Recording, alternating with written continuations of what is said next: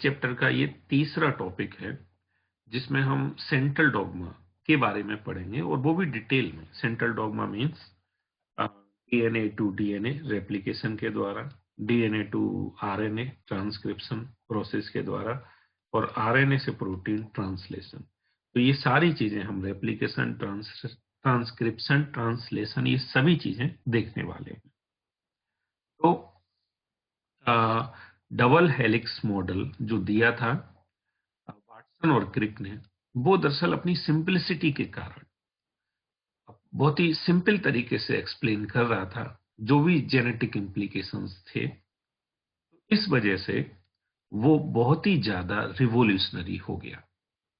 और Watson Crick ने 1953 में बोला कि जो उन्होंने डबल हेलिक्स मॉडल में स्पेसिफिक पेयरिंग वाला जो कंसेप्ट दिया है, उसकी वजह से बहुत जल्दी ही कैसे रेप्लिकेशन होता है, कैसे कॉपिंग होती है, रेप्लिकेशन होता है, ये बहुत जल्दी ही दरअसल खुल जाएगा, बहुत जल्दी ही पता चल जाएगा। स्पेसिफिक पेयरिंग जो कि उन्होंने डबल हेलिकल मॉडल कंसेप्ट में दी थी।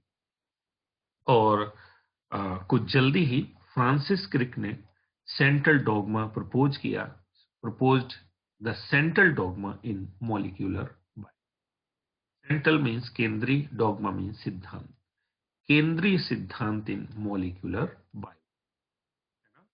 ये बताता है कि genetic information flow from DNA to RNA and RNA to protein. So this is central dogma of molecular biology. तो सबसे पहले हम रेप्लिकेशन की बात करेंगे।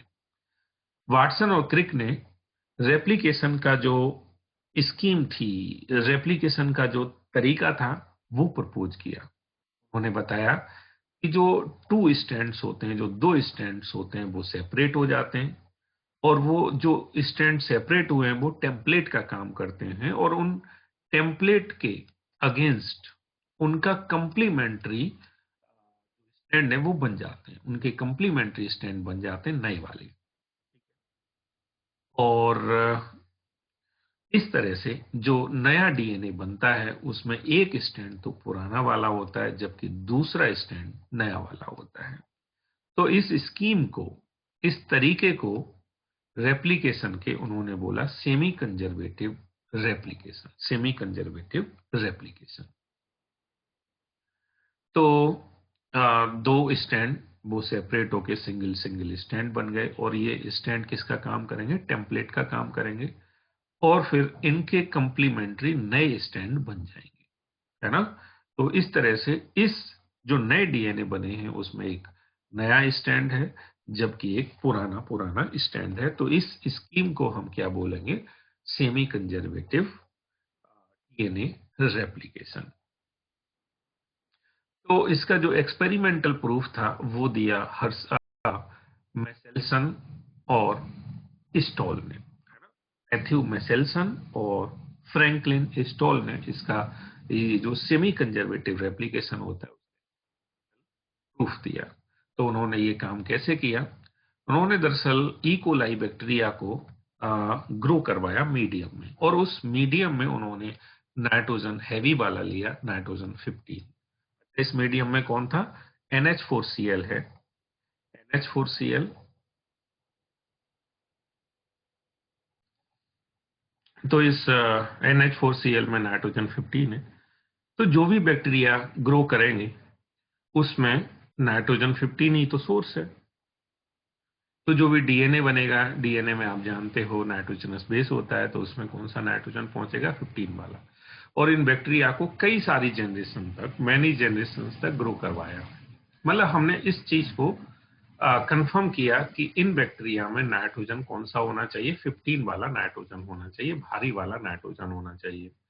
अब इसका सेंट्रीफ्यूगेशन किया एक डेंसिटी ग्रेडियंट के साथ। इसमें डेंसिटी ग्रेडियंट लिया गया है सीजियम क्लोराइड।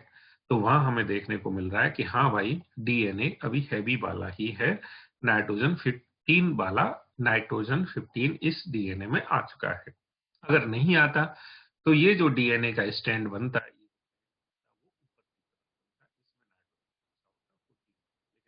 15 वाला बन रहा है, इसका मतलब इसमें पूरी तरह से नाइट्रोजन 15 वाला इनकॉर्पोरेट हो गया है। अब हमने इस बैक्टीरिया को 14 मीडियम में, है ना, 14 मीडियम में वही NH4Cl के साथ होगा, 14 वाला होगा, और एक जनरेशन तक ग्रो करवाया। एक जनरेशन लगभग 20 मिनट में आ जाती है, तो हमने एक जनरेशन तक ग्रो करवाया। ठीक है, तो कुछ बैक्टीरिया लिए एक जनरेशन तक ग्रो करवाया 20 मिनट तक। तो पता चला उसका सेंट्रीफ्यूगेशन करने के बाद जो बैंड बना वो बीच में बना, बीच वाले बैंड को हमने same caesium chloride density gradient के रूप में यहाँ पर लेते हैं। तो हम यहाँ ये मान रहे हैं कि हाइब्रिड मतलब जो डीएनए है उसके दो स्टैंड होते हैं। एक स्टैंड कौन सा है, 14 वाला, जबकि दूसरा स्टैंड कौन सा है, 15 वाला। ठीक है, अब इसी एक्सपेरिमेंट को और आगे बढ़ाया हमने। अब की बार इसको 40 मिनट तक ग्रो करवाया। क्या लिए, NH4Cl लिया, लेकिन कौन सा, नाइट्रोजन 14 वाला, और 40 मिनट तक ग्रो करवाया। और उसका सेंट्रीफ्यूगेशन जब किया सीजियम क्लोराइड के साथ, तो पता चला उसमें अब की बार दो बैंड बन रहे हैं। और दो बैंड में एक तो लाइट बैंड बन रहा है और एक कौन सा बन रहा है, हाइब्रिड बैंड बन रहा है। पूरी तरह से जो जो नीचे बनता था हैवी बैंड, वो बिल्कुल भी नहीं बन रहा। तो हम मान रहे हैं कि जो ये डीएनए है, हाइब्रिड डीएनए, इसमें 14 15 दोनों टाइप के हैं, जबकि इसमें दोनों स्टैंड 14 14 वाले ही हैं। ठीक है, तो इस तरह से वो ये जो तीन चीजें बनी, इसको हम थोड़ा और डिटेल में देख लेते हैं। एनसीईआरटी से ये फोटो लिया गया है ना। तो शुरू में जो 15 टाइप का डीएनए है, ये भारी वाला है ना, जिसमें ये नीचे की साइड बैंड बन रहा है बिल्कुल हैवी वाले में। 20 मिनट बाद जब करवाया तो देखा इसमें एक देखो ये रेड वाला पुराना है, रेड वाला पुराना, और ये ग्रीन वाला नया बन गया। ठीक है, एक जनरेशन तक और करवाया। इसका जब हम सेंट्रीफ्यूगेशन करेंगे सीजियम क्लोराइड के साथ, तो बीच में ही बैंड बनेगा, जो बन भी रहा है। अब देखो एक और जनरेशन तक, मीन्स 40 मिनट तक, 40 मिनट, यहाँ तो 20 ही मिनट लिखना चाहिए बेसिकली, एक और अगली 20 मिनट ले ली, तो देखो इससे दो बन जाएंगे और इससे दो बन जाएंगे डीएनए, इससे दो बने और इससे दो बने। कॉपी में यहाँ 20 मिनट लिख लो, है ना। तो ये 20 मिनट और ये 20 मिनट, टोटल 40 हुई। ऐसा थोड़ी ना यहाँ पर 40 हो रही है। तो यहाँ देखो इससे बन गया, तो देखा एक यहाँ से ओल्ड वाला ग्रीन पहुंचा, रेड वाला पहुंचा, और एक नया बन गया। नया का तो सोर्स 14 14 है, तो 14 बन गया। इसी तरह से इधर बन गया। अब देखो ये वाले दोनों कैसे हैं, हाइब्रिड, और ये वाले दोनों कैसे हैं, लाइट वाला। और इसमें दोनों टाइप के हैं, 14 भी है और इसमें 15 वाला भी है। रेड वाला कौन सा है, 15, ग्रीन वाला कौन सा है, 14। तो इस तरह से यहाँ दो बैंड बने और दोनों सेम मोटाई के, है ना, सेम थिकनेस के, एक हाइब्रिड वाला, दूसरा लाइट वाला। और हमने पहले भी क्वेश्चन किए हैं कि इसको और 20 मिनट तक करोगे तो फिर क्या होगा। तो इस तरह से ये एक्सपेरिमेंट था, जिस मेसेल्सन स्टॉल के द्वारा, जिससे एक्सपेरिमेंटली प्रूव ये हुआ कि जो रेप्लिकेशन होता है वो सेमी कंजर्वेटिव तरीके से होता है। बाकी जो थ्योरी है वो एनसीईआरटी से पढ़ोगे। अब इसी तरह का सिमिलर एक्सपेरिमेंट किया गया, किसके द्वारा, टेलर और उसके कलीग्स के द्वारा, 1998 में। ठीक है, इस पर किया गया बिसिया फावा। बिसिया फावा मीन्स फावा बीन्स। ओके, बिसिया फावा, फावा बीन्स। तो इसमें बेसिकली क्या किया गया, रेडियो एक्टिव थायमिडीन, रेडियो एक्टिव थायमिडीन का यूज करके, है ना, सेल डिवीजन से पहले और सेल डिवीजन के बाद देखा गया। तो उससे भी पता चलता है कि जो डीएनए रेप्लिकेशन होता है क्रोमोसोम में, वो कैसा होता है। वहां हमने बैक्टीरिया में देखा, यहाँ हम कौन से में देख रहे हैं, कौन से ऑर्गेनिज्म में, इस प्लांट में जिसका नाम क्या है, बिसिया फावा। और वहां में सेल्सन स्टॉल, यहाँ पर कौन है, Taylor and colleague. Same type का एक्सपेरिमेंट है। ठीक है, वहां हम नाइट्रोजन, हैवी नाइट्रोजन लेते हैं, जबकि रेडियो एक्टिव थायमिडीन लेते हैं। वहां नाइट्रोजन रेडियो एक्टिव नहीं था, हैवी था। यहाँ थायमिडीन कैसा लिया है, रेडियो एक्टिव लिया है। तो इस तरह से ये चीज को और याद रखो, दो तीन वर्ड है इसमें बस। अब रेप्लिकेशन की मशीनरी को देख लेते हैं। तो जो रेप्लिकेशन होता है हम जान चुके हैं, सेमी कंजर्वेटिव तो होती है, साथ साथ सेमी डिसकंटिन्यूअस भी होता है।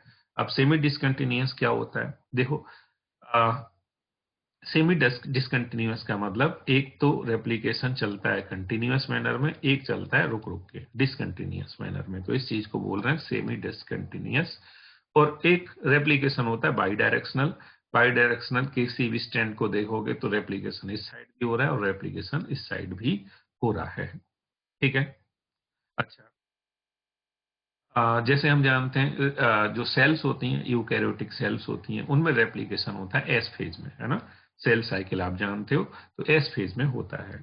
तो रेप्लिकेशन और सेल डिवीजन, है ना, दोनों में एक बहुत ही ज्यादा कोऑर्डिनेशन होता है। कोऑर्डिनेटेड मैनर में डिवीजन और रेप्लिकेशन दोनों चीजें होती हैं। तो उसी की वजह से बेसिकली अगर ये नहीं होगा, अगर ये नहीं होगा, इनमें कोऑर्डिनेशन नहीं होगा, तो फिर सेल्स में पॉलीप्लॉइडी आ जाएगी, है ना। पॉलीप्लॉइडी मीन्स जान लो कि यहाँ पर रेप्लिकेशन हुआ लेकिन सेल डिवीजन नहीं हुआ, फिर से रेप्लिकेशन हो गया, डिवीजन नहीं हुआ, तो प्लॉइडी बढ़ जाएगी, 2n का 4n हो जाएगा। ठीक है, तो ये कंडीशन आ जाएगी। अब जो रेप्लिकेशन स्टार्ट होता है एक खास, एक निश्चित रीजन से स्टार्ट होता है, उस रीजन को हम बोलते हैं ओरिजिन ऑफ रेप्लिकेशन। ठीक है। यूकैरियोट्स में तो ये मैनी होते हैं, मैनी ओराई प्रेजेंट होते हैं, जबकि बैक्टीरिया में और वायरसेस में केवल वन ओराई प्रेजेंट होता है ना। बाकी ओराई का तो हमने वहाँ बायोटेक में इस्तेमाल देखा था। अब ये ओरिजिन ऑफ रेप्लिकेशन से, तो इसका मतलब इन ओरिजिन ऑफ रेप्लिकेशन से स्टार्ट होने वाला है क्या, रेप्लिकेशन। तो ये हम देख रहे हैं यहाँ से बबल टाइप का स्ट्रक्चर बन रहा है, एक और बबल टाइप का स्ट्रक्चर बन गया, दोनों ओराई पर बबल टाइप के स्ट्रक्चर बन रहा है, और ये बबल टाइप के स्ट्रक्चर इनलार्ज होने लगते हैं, ग्रो करने लगते हैं। देखो यहाँ छोटा है, बड़ा हो गया, तो दोनों तरफ इनलार्ज कर रहा है। बेसिकली क्या है ना, जो रेप्लिकेशन होता है रियल में वो इस जगह पर होता है, टाइप का स्ट्रक्चर बन रहा है, इसे बोलते हैं रेप्लिकेशन फॉर्क। तो ये रेप्लिकेशन फॉर्क क्या होता है, वो जगह, वो एरिया जहां पर रेप्लिकेशन रियल में होता है, उस जगह को बोलते हैं रेप्लिकेशन फॉर्क। तो इस तरह से ये बबल इंक्रीज होते जाते हैं, मीन्स ये जो रेप्लिकेशन फॉर्क है इधर बढ़ता जाता है, इधर बढ़ता जाता है, तो यहाँ भी रेप्लिकेशन हो रहा है, यहाँ भी हो रहा है, यहाँ भी हो रहा है, यहाँ भी हो रहा है। तो इस तरह से ये बबल इनलार्ज करते जाते हैं और फाइनली रेप्लिकेशन कंप्लीट हो जाता है, मीन्स बबल ज्वाइन हो जाते हैं।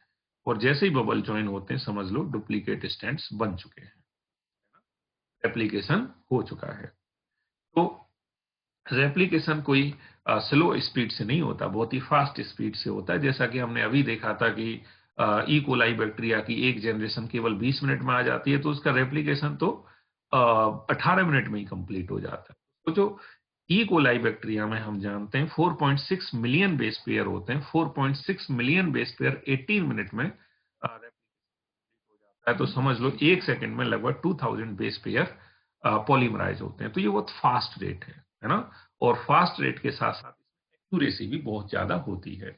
अब रेप्लिकेशन का जो प्रोसेस है, तो सबसे पहले जो होता है वो होता है एक्टिवेशन ऑफ डीऑक्सी राइबोन्यूक्लियोटाइड। दरअसल जो न्यूक्लियोटाइड्स हैं, डीऑक्सी राइबोन्यूक्लियोटाइड हैं, पहले वो एक्टिवेट होते हैं। दरअसल वो पहले जो मोनोफॉस्फेट होते हैं, पहले से क्या होते हैं, मोनोफॉस्फेट। मोनोफॉस्फेट का मतलब क्या है, शुगर है, बेस है और फॉस्फेट है। अब इसमें दरअसल दो फॉस्फेट की जरूरत और है, तो ये बन जाता है ट्राई। जैसे ये बन गया, ये एडिनोसिन फॉस्फेट था, ये एडिनोसिन ट्राइफॉस्फेट हो गया। ये गुआनोसिन मोनोफॉस्फेट था, ये गुआनोसिन ट्राइफॉस्फेट हो गया। ये थायमिडीन फॉस्फेट था, ये थायमिडीन ट्राइफॉस्फेट हो गया। ठीक है। तो इस तरह से इस प्रोसेस को हम बोलते हैं एक्टिवेशन ऑफ न्यूक्लियोटाइड्स। तो इसमें जो एनर्जी बेसिकली ऐड हो रही है, दो फॉस्फेट बॉन्ड ऐड हो रहे हैं हाई एनर्जी वाले, ये बाद में एनर्जी ये काम आती है। तो ये जो एक्टिवेटेड न्यूक्लियोटाइड्स हैं, इनके दो फंक्शन होते हैं, ये दो पर्पज को फुलफिल करते हैं। एक पर्पज तो हो गया कि वो मोनोमर प्रोवाइड करवाते हैं पॉलीमराइजेशन के लिए, मींस सबस्ट्रेट प्रोवाइड करवाते हैं पॉलीमराइजेशन के लिए। दूसरा, जो पॉलीमराइजेशन के दौरान जो एनर्जी की रिक्वायरमेंट होती है, वो इनके फॉस्फेट बॉन्ड को टूटने से कंप्लीट होती है, फुलफिल होती है। तो दो इनके पर्पज हो गए। अब इस पूरे प्रोसेस में, इस रेप्लिकेशन वाले पूरे प्रोसेस में कौन कौन से एंजाइम की जरूरत होती है, तो वही एंजाइम देख लेते हैं। तो यहाँ पर जो एंजाइम दिखाई दे रहा है, इसे हम बोलते हैं हेलिकेज एंजाइम, और ये जो दिखाई दे रहा है इसको हम बोलते हैं primase enzyme.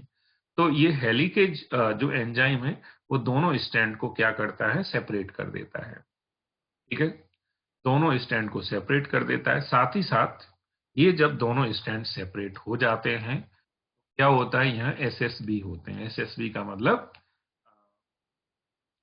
Single stand stabilising protein. इस सिंगल स्टैंड को स्टेबलाइज करने के लिए, है ना, अब ये स्टैंड तो इधर भी भाग सकता है, इधर भी भाग सकता है, तो इसको स्टेबलाइज करने के लिए जो प्रोटीन्स होते हैं उन्हें बोलते हैं एसएसबी।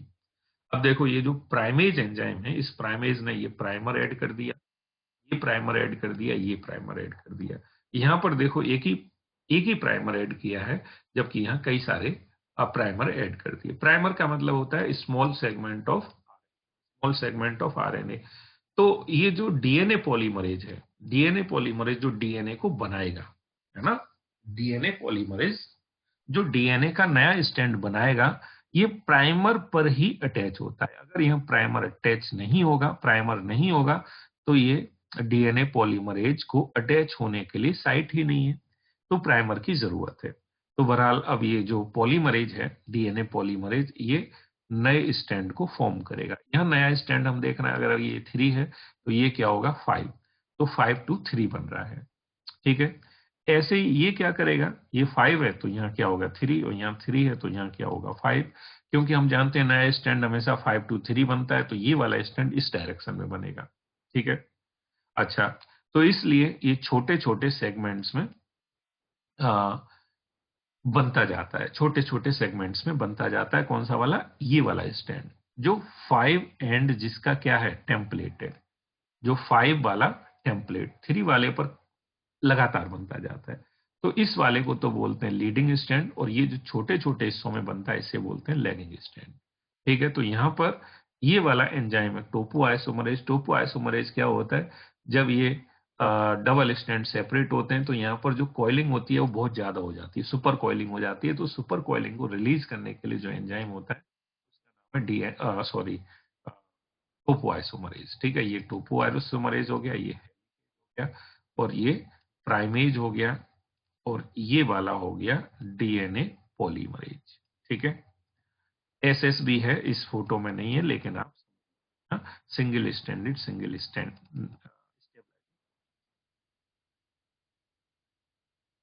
तो ये बन गए स्टैंड, ये दोबारा से एक और स्मॉल स्मॉल सेगमेंट बना देगा।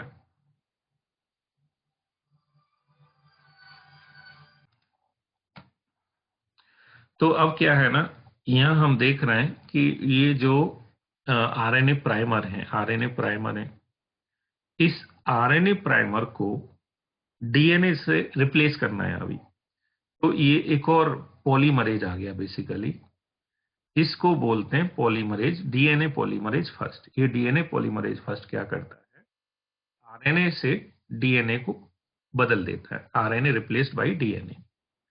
तो ये इसने ये काम कर दिया, आरएनए की जगह क्या आ गए, डीएनए आ गए। लेकिन अब क्या है, अभी भी ये जो यहाँ पर एक सेगमेंट है, यहाँ सेगमेंट है, अलग अलग टाइम पर बने थे, तो उनके बीच में गैप रह जाता है, एक छोटा सा नहीं दिख रहा, लेकिन यहाँ देखो दिख रहा है। तो इस गैप को फिल करना होता है, मीन्स इन दोनों स्टैंड को जोड़ते हैं बेसिकली। इन स्टैंड को बोलते हैं ओकाजाकी फ्रेगमेंट्स, क्योंकि ओकाजाकी नाम के साइंटिस्ट ने इसको डिस्कवर किया था। तो इस ओकाजाकी सेगमेंट को जोड़ना है, और वो ओकाजाकी सेगमेंट एक एंजाइम होता है लाइगेज, वो उनको जोड़ देता है। ठीक है, तो इस तरह से ये प्रोसेस आगे चलता जाता है। तो यही सारे एंजाइम्स हैं, इन एंजाइम्स की मदद से ये काम होता जाता है। तो ये सब फंक्शन है, लिखे हुए हैं डिटेल में, हेलिकेज का क्या काम, ठीक है। और आ, पूरी जैसे यूकैरियोट में जितना भी बड़ा डीएनए है, एक बार में कंप्लीट नहीं हो सकता उसका, आ, एक बार में कंप्लीट नहीं हो सकता उसका रेप्लिकेशन, क्योंकि बहुत ज्यादा एनर्जी की रिक्वायरमेंट होती है। तो धीरे धीरे वो सेपरेट होते चले जाते हैं, सेपरेट होते चले जाते हैं, और रेप्लिकेशन होता है। ऐसा नहीं हो सकता एक बार में पूरा सेपरेट, सेपरेट करने के लिए भी जरूरत होती है किसकी, एनर्जी की। रिक्वायरमेंट होती है। टोपो आइसोमरेज का फंक्शन टेंशन रिलीज करना, सबका फंक्शन दे रखा है और हमने डिस्कस भी कर लिया है, ठीक है। तो पोल फर्स्ट, पोल थर्ड। अब लीडिंग स्टैंड, लैगिंग स्टैंड भी जानते हैं। जो कंटिन्यूअस बनता रहता है वो वाला लीडिंग स्टैंड है, जो डिसकंटिन्यूअस बनता है उसे क्या लैगिंग स्टैंड बोलते हैं। उसमें जो सेगमेंट्स होते हैं उन्हें क्या बोलते हैं, ओकाजाकी सेगमेंट्स, ठीक है। इसमें आरएनए प्राइमर एक ही बार लगता है शुरुआत में, जबकि हमने देखा इसमें आरएनए प्राइमर कई जगह लगते हैं, ठीक है। तो इसमें लाइगेज की जरूरत नहीं होती क्योंकि इसमें तो ओकाजाकी सेगमेंट ही नहीं, जबकि इसमें ओकाजाकी सेगमेंट है तो लाइगेज की जरूरत होती है। बाकी ये पॉइंट है जो नया बनता है, ग्रोथ होती है नए स्टैंड की, वो 5 to 3 डायरेक्शन में ही होती है, ठीक है। लेकिन यहाँ देखें तो वैसे तो 5 to 3 डायरेक्शन में यहाँ भी होती है, जो छोटे छोटे स्टैंड बनते हैं ओकाजाकी फ्रेगमेंट उनकी 5 to 3 डायरेक्शन में ही बनती है। लेकिन अगर इसको एंटायर लेंथ में देखें, कंप्लीट लेंथ में देखें, तो 3 to 5 भी लग सकती है ना, 3 to 5 भी होती है। तो इसको समझ लेना। बाकी हमेशा ये ध्यान रखोगे कि न्यू स्टैंड हमेशा 5 to 3 डायरेक्शन में ही बनता है, ठीक है। अब ट्रांसक्रिप्शन को देखते हैं। तो ट्रांसक्रिप्शन हम जानते हैं डीएनए से आरएनए का बनना, यही क्या होता है, जो भी इंफॉर्मेशन डीएनए पे प्रेजेंट है वो आरएनए पर आ जाती है, इसको ट्रांसक्रिप्शन बोला। अब जब ऐसा होगा तो डीएनए का एक स्टैंड किसका काम करेगा, उससे वो इंफॉर्मेशन कॉपी हो जाएगी। लेकिन यहां भी वही रूल फॉलो होगा, प्रिंसिपल ऑफ कॉम्प्लीमेंटेरिटी, जो रेप्लिकेशन के दौरान हुआ था। तो डीएनए रेप्लिकेशन में और ट्रांसक्रिप्शन में दोनों में ही law of complementarity rule follow होता है। मींस ए के अपोजिट टी आएगा डीएनए में, लेकिन आरएनए होगा तो वहां टी नहीं आता, तो ए के अपोजिट क्या आ जाएगा, यू आ जाएगा। और जी के अपोजिट सी, सी के अपोजिट जी, है ना। अब डीएनए में होते तो दो सेगमेंट हैं, लेकिन दोनों सेगमेंट का ट्रांसक्रिप्शन थोड़ी ना होता है, एक सेगमेंट का ट्रांसक्रिप्शन होता है दोनों में से। तो जिस सेगमेंट से ट्रांसक्रिप्शन होता है उस सेगमेंट को हम बोलते हैं टेम्पलेट स्टैंड, ठीक है। और जिस सेगमेंट से नहीं होता उसे हम बोलते हैं कोडिंग स्टैंड। तो आखिर दोनों स्टैंड से क्यों नहीं होता transcription?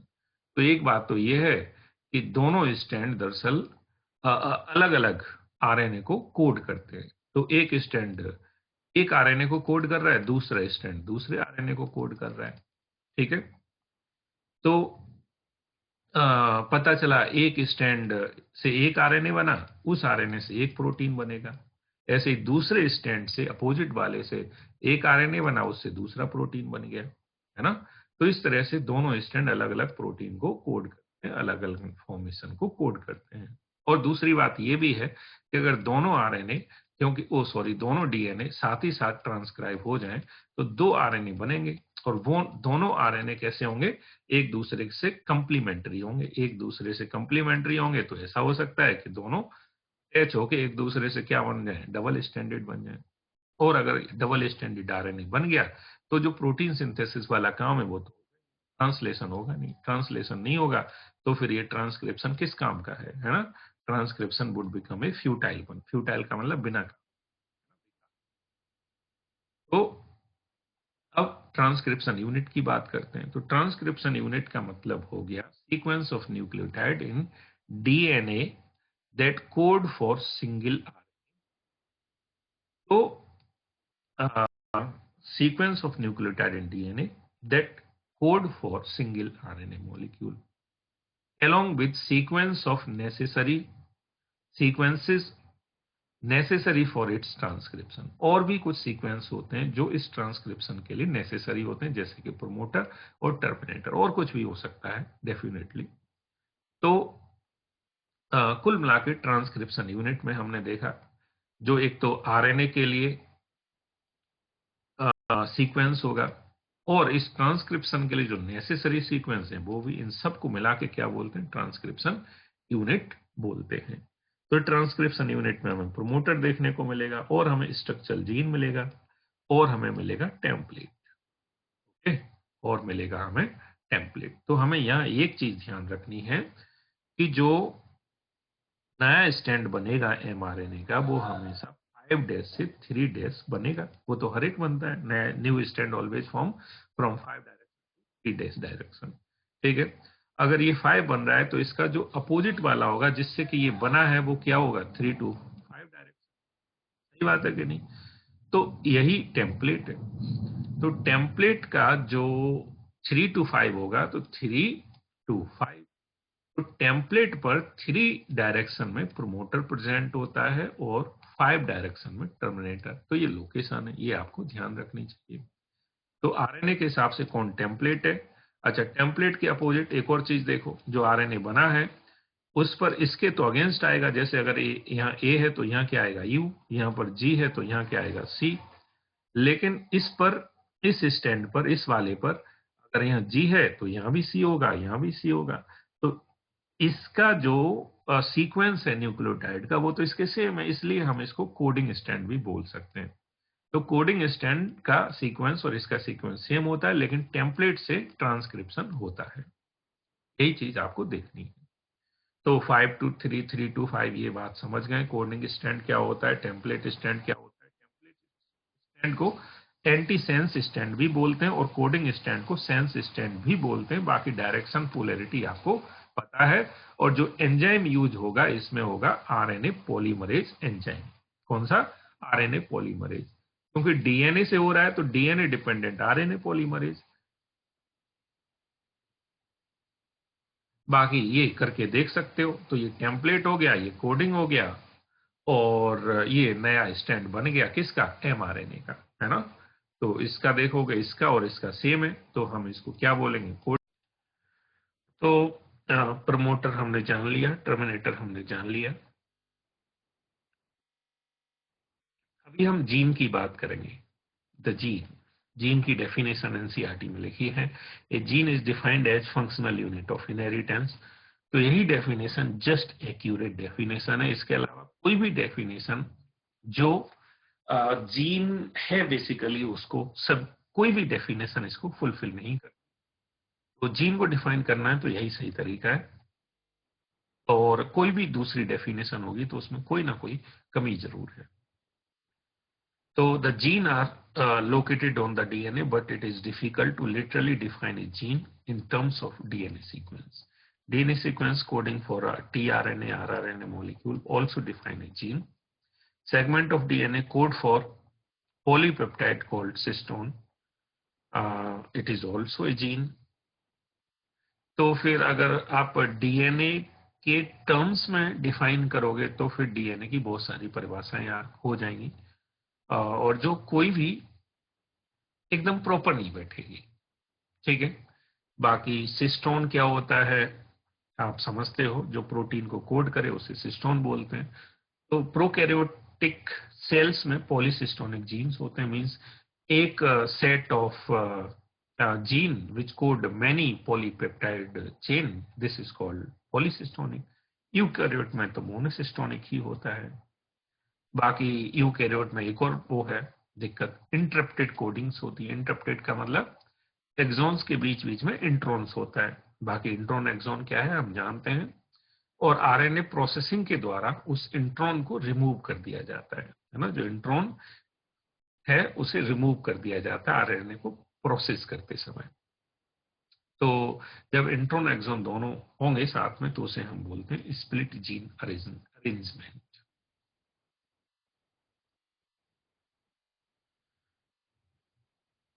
Inheritance of a character is also affected by promoter and regulatory sequence of a structural gene. Hence, sometimes regulatory sequence are loosely defined as regulatory genes, even though uh, these sequences do not code for any proteins. तो वही है यहाँ कि gene की कई सारी definition है लेकिन एक ही फिट बैठती है। ट्रांसपोजन जंपिंग जीन के बारे में हम जानते ही हैं। अब टाइप्स ऑफ आरएनए की बात करेंगे तो हम जानते ही हैं, एक होता है एमआरएनए, एक होता है टीआरएनए और एक होता है आरआरएनए। ओके, सबके फंक्शन भी हमें पता ही है।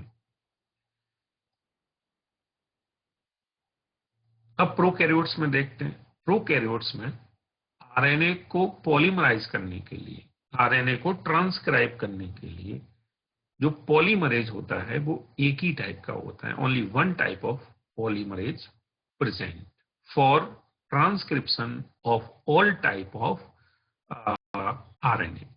ठीक है। हाँ, लेकिन उस पॉलीमरेज में, जो आरएनए पॉलीमरेज में है, उसमें 5 यूनिट्स होती हैं, और जब ट्रांसक्रिप्शन का समय आता है तो पांचों सब यूनिट्स जुड़ के एक कंप्लीट यूनिट बनाती हैं। उसे हम होलो एंजाइम बोलते हैं, होलो एंजाइम। ठीक है। बाकी यूकैरियोट्स में सभी टाइप के आरएनए के लिए, मींस डिफरेंट डिफरेंट आरएनए के लिए डिफरेंट डिफरेंट टाइप के पॉलीमरेज होते हैं, और ये कम से कम 3 तो हैं ही।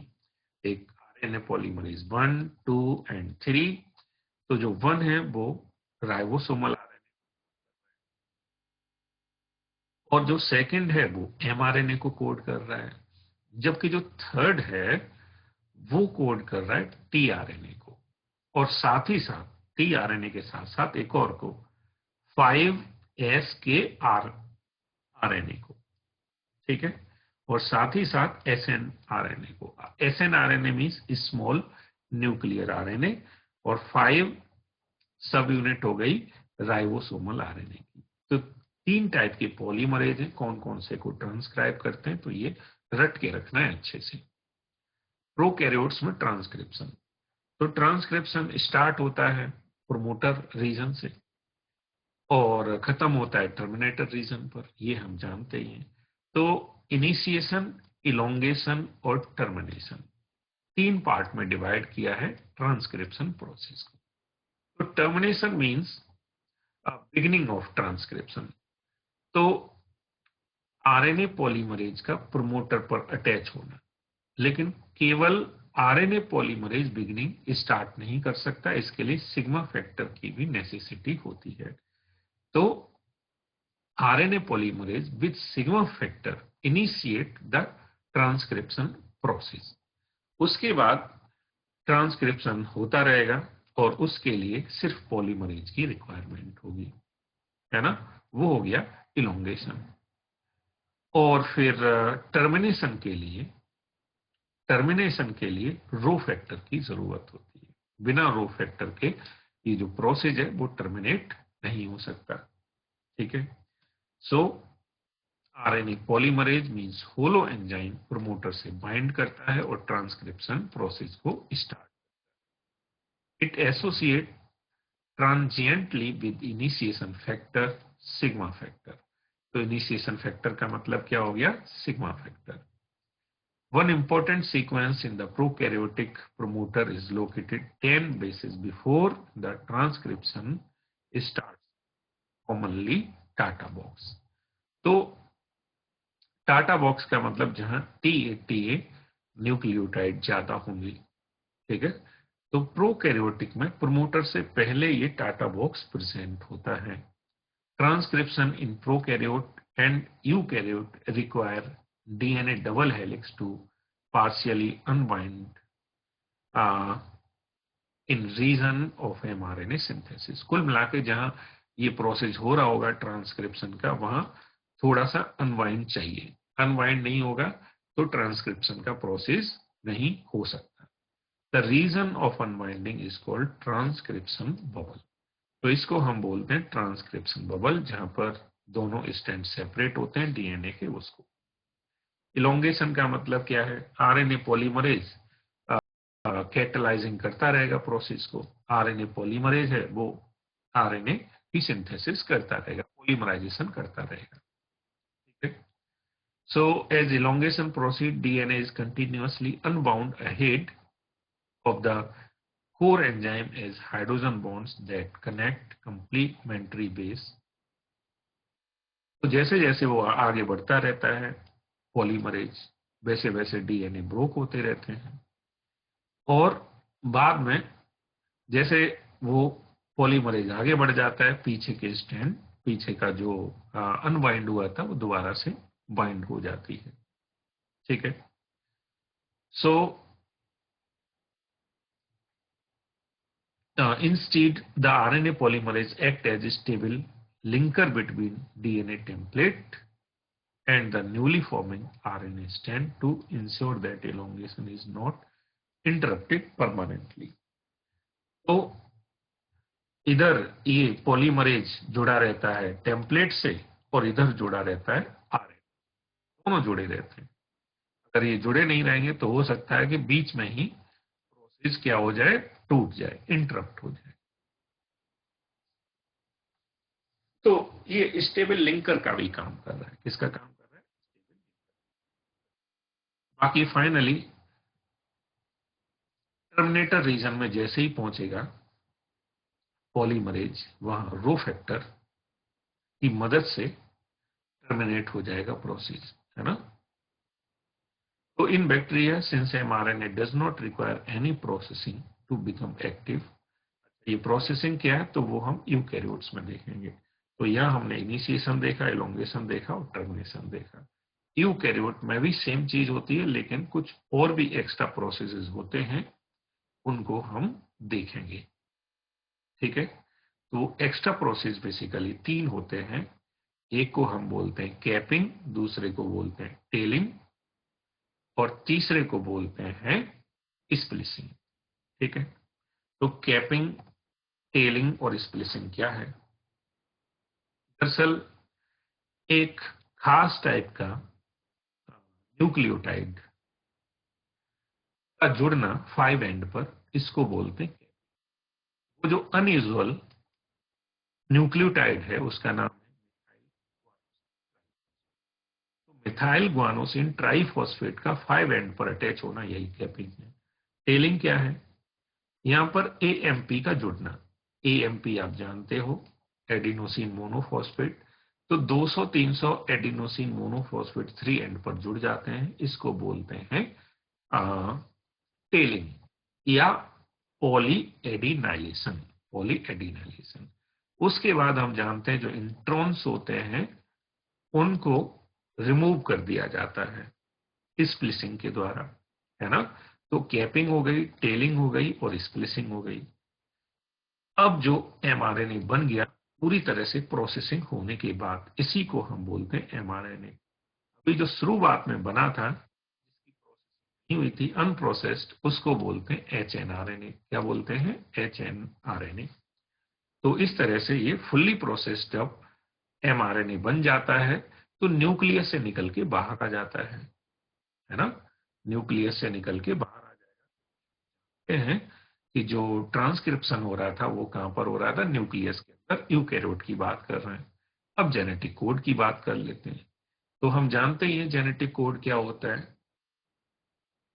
तो सबसे पहले वो साइंटिस्ट जिन्होंने जेनेटिक कोड को डिस्कवर करने में मदद की है उनकी बात करेंगे। तो सबसे पहले तो जॉर्ज गैमो हैं, ये एक फिजिसिस्ट थे।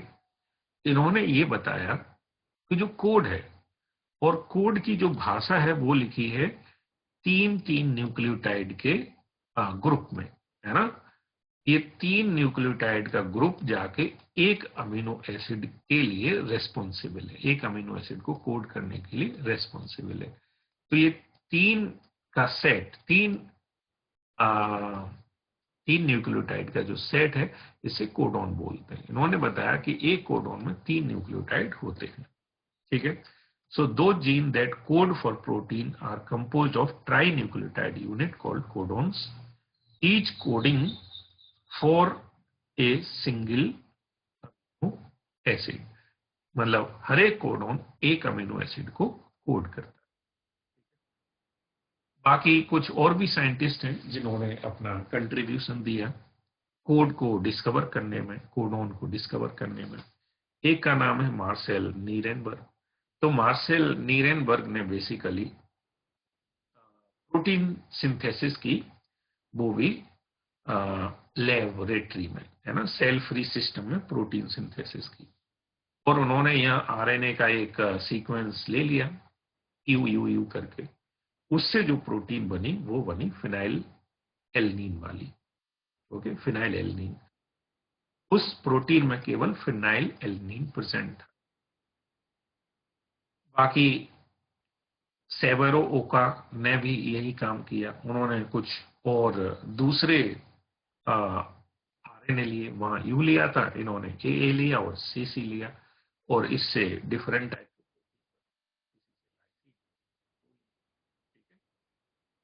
ए वाले से लाइसिन और सी वाले से प्रोलीन। ऐसे ही हर गोविंद खुराना ने बेसिकली जो आरएनए मॉलिक्यूल बनाना सीख लिया, लेकिन उस आरएनए मॉलिक्यूल में अब की बार उन्होंने कई सारे न्यूक्लियोटाइड सीक्वेंस, बेसिकली होमोपॉलीमर और कोपॉलीमर बनाना सीख लिए, किसके? आरएनए के। और उनकी वजह से जो प्रोटीन बना, उसमें देखा गया कि डिफरेंट डिफरेंट टाइप के अमीनो एसिड आ रहे हैं। तो पता चला, जैसा कि यहां पर देख रहे हैं हम, कि यू और जी वाला जो वो है, यूजी, उसकी वजह से आ रहा था, तो उससे अंदाजा हुआ कि ये ट्रिपलेट ही होता है। तो जो एक तरह से कंसेप्ट सुझाया जॉर्ज गैमो ने कि कोडॉन होना चाहिए ट्रिपलेट, वो इन साइंटिस्ट की मदद से साइंटिफिकली एक्सपेरिमेंटली प्रूव भी हो गया। ठीक है। बाकी हॉले ने, रॉबर्ट डब्ल्यू हॉले ने टीआरएनए को डिस्कवर किया, और टीआरएनए का क्या इंपॉर्टेंस है प्रोटीन सिंथेसिस में हम जानते ही हैं, वो अडेप्टर मॉलिक्यूल का काम कर रहा है। बाकी फिजियोलॉजी और मेडिसिन में नोबेल प्राइज भी मिल चुके हैं इन सभी डिस्कवरीज के ऊपर। तो सेवरो ओक्वा और कोरेनबर्ग को ये 1959 में मिला है, जबकि 1968 में मिला था मार्सेल नीरेनबर्ग, गोविंद खुराना और रॉबर्ट डब्ल्यू हॉले को। तो ये भी आपको याद रखना है। बाकी जो कोडॉन्स हैं, कोडॉन की जो टेबल है, आप जानते ही हो कितने टाइप के कोडॉन्स होते हैं। 64 टाइप के कोडॉन्स प्रेजेंट होते हैं, जिनमें 61 तो किसी न किसी अमीनो एसिड को कोड करते हैं, जबकि 3 नहीं करते, उन्हें हम स्टॉप कोडॉन बोलते हैं। और जेनेटिक कोड के क्या साइलेंट फीचर हैं वो भी देख लेते हैं, है ना, कोड के।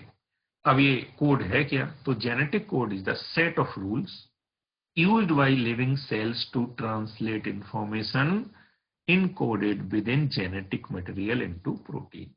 तो genetic code basically set of rules हैं जो लिविंग सेल्स के द्वारा यूज किए जाते हैं जब जब जेनेटिक मटेरियल से प्रोटीन बनाना होता है, तो उन्हें हम बोलते हैं genetic code. Genetic code set of rules used by sales.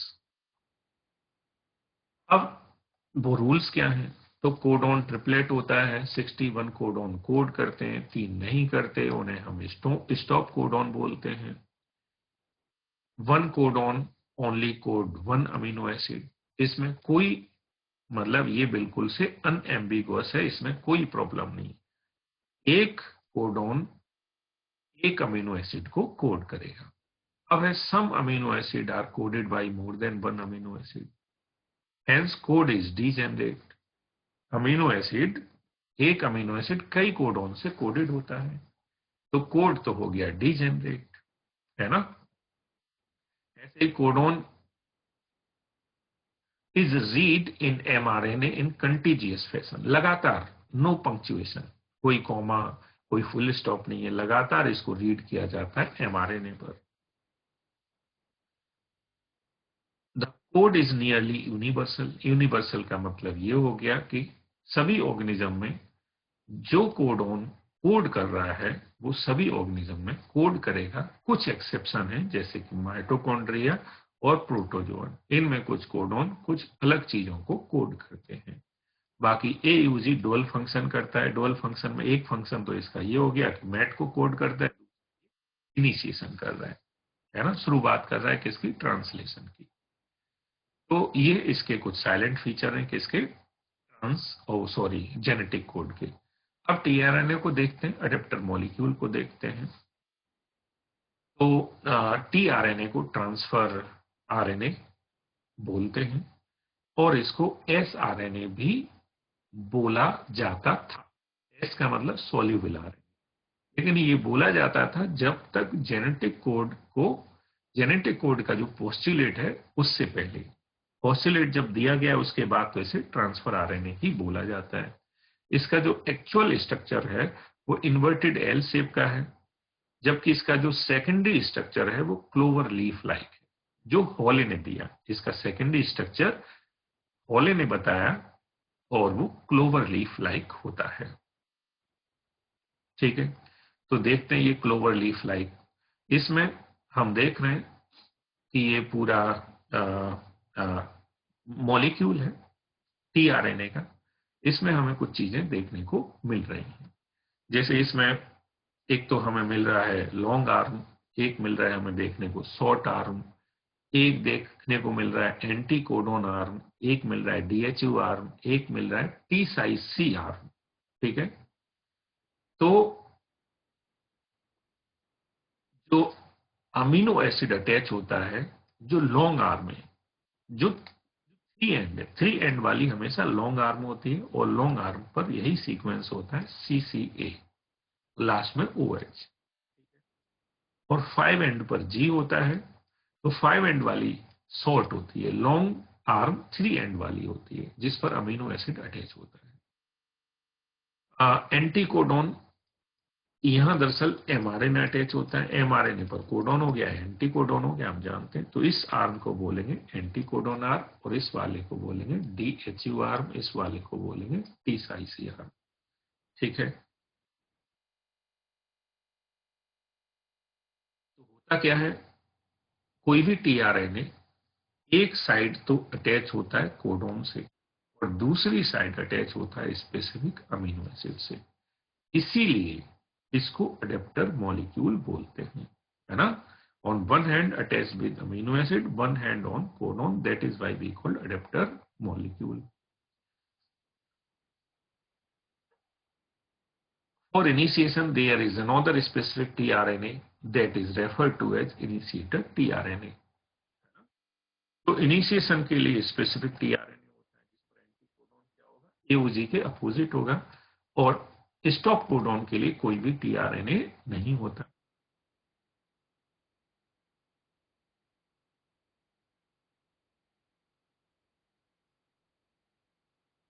Translation protein synthesis, अब ये प्रोटीन सिंथेसिस देख लेते हैं। तो हम जानते हैं प्रोटीन सिंथेसिस होता क्या है, पॉलीमराइजेशन होता है, और ये अमीनो एसिड का सीक्वेंस कौन डिसाइड करता है, एमआरएनए में न्यूक्लियोटाइड का सीक्वेंस, है ना। अब देखो यहाँ न्यूक्लियोटाइड का सीक्वेंस है, यहाँ पर क्या है, अमीनो एसिड का सीक्वेंस। तो हम इसे ट्रांसलेशन बोल सकते हैं, क्योंकि यहाँ एक लैंग्वेज है न्यूक्लियोटाइड वाली, दूसरी लैंग्वेज है किसकी, अमीनो एसिड वाली। तो हमने क्या बोला इसको, ठीक है, ये जो बॉन्ड्स हैं इनको पेप्टाइड बॉन्ड बोलते हैं, जो अमीनो एसिड के बीच में प्रेजेंट है। और इन बॉन्ड को बनाने के लिए किसकी जरूरत होती है, एनर्जी की जरूरत होती है। और वो एनर्जी की जरूरत कहाँ से पूरी होती है, तो जो चार्जिंग ऑफ टीआरएनए होता है शुरू में, प्रोटीन सिंथेसिस से पहले ही चार्जिंग ऑफ टीआरएनए होता है। चार्जिंग ऑफ टीआरएनए को अमीनो एसाइलेशन ऑफ टीआरएनए भी बोलते हैं। तो चार्जिंग ऑफ टीआरएनए जुड़ता है अमीनो एसिड से, लेकिन किसकी मदद से, अमीनो एसिड की मदद से और एक एंजाइम की मदद से। और वो एंजाइम होता है अमीनो एसाइल टीआरएनए सिंथेटेज। ठीक है, अमीनो एसाइल टीआरएनए सिंथेटेज। और जो बन गया चार्ज टीआरएनए, उसको हम अमीनो एसाइल टीआरएनए कॉम्प्लेक्स भी बोल सकते हैं, या चार्ज। पहला स्टेप प्रोटीन सिंथेसिस का यही है, चार्जिंग ऑफ टीआरएनए। फिर उसके बाद है इनिशिएशन, उसके बाद है इलोंगेशन, उसके बाद ये फिर प्रोटीन के डिफरेंट स्टेप हैं चार्जिंग ऑफ टीआरएनए। इनिशिएशन देख लेते हैं क्या है। तो यहां बेसिकली क्या होता है, सबसे पहले इनिशिएशन में एमआरएनए है, एमआरएनए से small unit of ribosome attach, और उसके बाद इसके लिए मींस इनिशिएशन के लिए जब एमआरएनए अटैच होता है स्मॉल सब यूनिट से, इसके लिए चाहिए इनिशिएशन फैक्टर, और इसके लिए चाहिए जीटीपी मींस एनर्जी चाहिए। इसके बाद फिर जो चार्ज टीआरएनए है वो अटैच हो जाता है। अब पहला ये चार्ज टीआरएनए है जिसे हम बोलते हैं इनिशिएशन टीआरएनए, मेथियोनिन को लेके आता है। उसके बाद ये अटैच हो गया लार्ज सब यूनिट। हम यहाँ देख रहे हैं कि जो फर्स्ट चार्ज टीआरएनए है वो अटैच होता है इस वाली साइड, बी साइड, और इस वाली को बोलते हैं ए साइड। तो इनिशिएशन के दौरान जो आएगा वो पी साइड पर आएगा, जबकि बाद में इलोंगेशन के दौरान जो भी चार्ज टीआरएनए आएगा वो ए साइड पर आएगा। ठीक है, तो मैट का मतलब मिथ्योनिन, और एफ मैट का मतलब फॉर्माइलेटेड मिथ्योनिन। तो प्रोकैरियोट्स में ये जो पहला अमीनो एसिड है वो फॉर्माइलेटेड मिथ्योनिन होता है। ठीक है, तो इसी चीज को बोलते हैं। इनिशिएशन में क्या हुआ, सबसे पहले 40S mRNA के साथ जुड़ा, उसके बाद टीआरएनए जुड़ा, उसके बाद 60S। अब इलोंगेशन में ये है कि अगला जैस जो ए साइट पर एक्सपोज होगा कोडोन, उस कोडोन के हिसाब से टीआरएनए आएगा, चार्ज टीआरएनए आएगा, और जैसे ही चार्ज टीआरएनए आएगा, ठीक है, अब दोनों टीआरएनए पास पास वाली साइट पर अटैच हो गए हैं, वो बहुत ज्यादा करीब हैं, तो उन पर जो प्रेजेंट है अमीनो एसिड दोनों के बीच बन जाएगा बॉन्ड। ठीक है, और इस बॉन्ड के लिए एनर्जी वही पीछे वाली एनर्जी काम आएगी जो हमने देखा था चार्जिंग के दौरान एटीपी से इनको मिली थी। ठीक है, दूसरी बात, ये जो लार्ज सब यूनिट है, तो लार्ज सब यूनिट पर 80s कंपोनेंट होता है, 28S कंपोनेंट होता है यूकैरियोट में, और प्रोकैरियोट में ये होता है 23S कंपोनेंट। और यही कंपोनेंट किसका काम करता है, काम करता है कैटालिस्ट का, है ना। कैटालिस्ट मींस एंजाइम का काम करता है। राइबोजाइम, आरएनए वाला जो एंजाइम होता है उसे क्या बोलते हैं, राइबोजाइम। इसको हम पेप्टाइडल ट्रांसफरेज भी बोलते हैं। तो पेप्टाइडल ट्रांसफरेज जो एंजाइम है वो आरएनए का बना है, राइबोजाइम। यूकैरियोट में और प्रोकैरियोट में दोनों ही लार्ज सब यूनिट के वो सेगमेंट होते हैं, पार्ट होते हैं, इसमें 20S, इसमें 23S। ठीक है, तो बहरहाल ये बन गया बॉन्ड, और जैसे ये बॉन्ड बनता है वैसे ये एस्केप हो जाता है ना, एस सब यूनिट से। और ये जो राइबोसोम है अगली कोडॉन पर स्किप हो जाता है। जैसे ही यहाँ फिर से एक्सपोज होगा, एक और टीआरएनए आ गया, चार्ज टीआरएनए, फिर से बॉन्ड बना, फिर से skip bond skip bond skip चलता रहता है, जब तक कि जो ए साइट है, ए साइट पर वो ना आ जाए, क्या, स्टॉप कोडॉन। देखो ए साइट पर क्या आ गया, स्टॉप कोडॉन। अब स्टॉप कोडॉन के लिए कोई टीआरए नहीं होता, तो उसके लिए कौन, रिलीज फैक्टर आके अटैच हो जाएगा, और जैसे ही रिलीज फैक्टर जुड़ता है ये सारी चीजें, इसी चीज को बोलते हैं टर्मिनेशन। टर्मिनेशन, ठीक है। अब हमने देखा अ, पूरा प्रोसेस, ठीक है। तो ये translation unit in mRNA etch sequence. तो ट्रांसलेशन यूनिट में शुरुआत में क्या होगा, एयूजी होगा, और लास्ट में क्या होगा, एयूजी मींस इनिशिएशन कोडॉन, और लास्ट। तो यहां से शुरुआत होगी, यहां तक चलेगी, तो ये हो गई translation unit. Translation unit means AUG से शुरू होके कहां तक, टर्मिनेशन कोडॉन तक। अच्छा, अब इनिशिएशन कोडॉन से पहले भी कुछ कोड वो होते हैं न्यूक्लियोटाइड्स, और टर्मिनेशन कोडॉन के बाद भी होते हैं न्यूक्लियोटाइड्स, उनको हम बोलते हैं यूटीआर, अनट्रांसलेटेड रीजन। ये अनट्रांसलेटेड रीजन दरअसल क्यों जरूरी है, तो दरअसल ये उस प्रोसेस को, उस ट्रांसलेशन वाले प्रोसेस को एफिशिएंट बनाते हैं। ठीक है, तो ये बोवल हाइपोथेसिस है, फ्रांसिस क्रिक, बाकी मैंने डिटेल में बताया था जो पहले वीडियो लेक्चर भेजा था। सीआरटी में बोर्ड के मतलब का नहीं है ये, जो कॉम्पिटिटिव एग्जाम्स हैं उसके मतलब।